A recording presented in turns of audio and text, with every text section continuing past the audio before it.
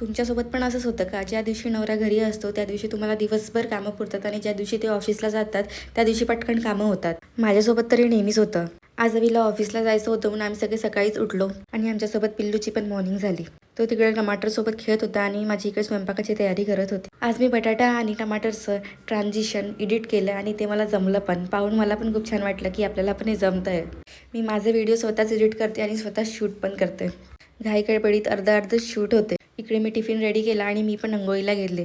स्वयंपाक आणि अंघोळ झाली म्हणजे बाकीचे कामं नाही झाले तरी काही प्रॉब्लेम नाही.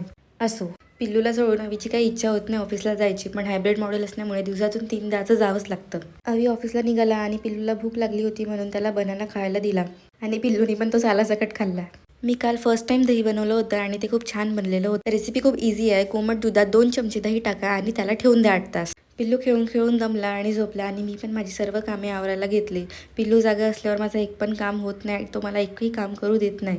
हा व्हिडिओ तुम्हाला जेवढ्या स्पीडनी मी कामं करताना दिसत आहे, मला पण ॲक्च्युअलमध्ये तेवढ्या स्पीडनी कामं करण्याचा फील येतो. आणि ही जर कामे पेंडिंग राहिली तर घरात सर्व पसाराच दिसतो, जे की मला बिलकुल आवडत नाही. आणि मी पण थोडा आराम केला. स्नॅक टाईमला पिल्लूला थोडे अंगूर दिले आणि रात्रीच्या जेवणाची वेळ झाली. रात्रीच्या जेवणात मी छान दाल खिचडी बनवलेली होती, जी माझ्या नवरोबाला फारच आवडते. आणि पिल्लूसाठी कूलरचं नवाळं पण संपतच नाही आहे. Please like, share and subscribe. Bye, good night.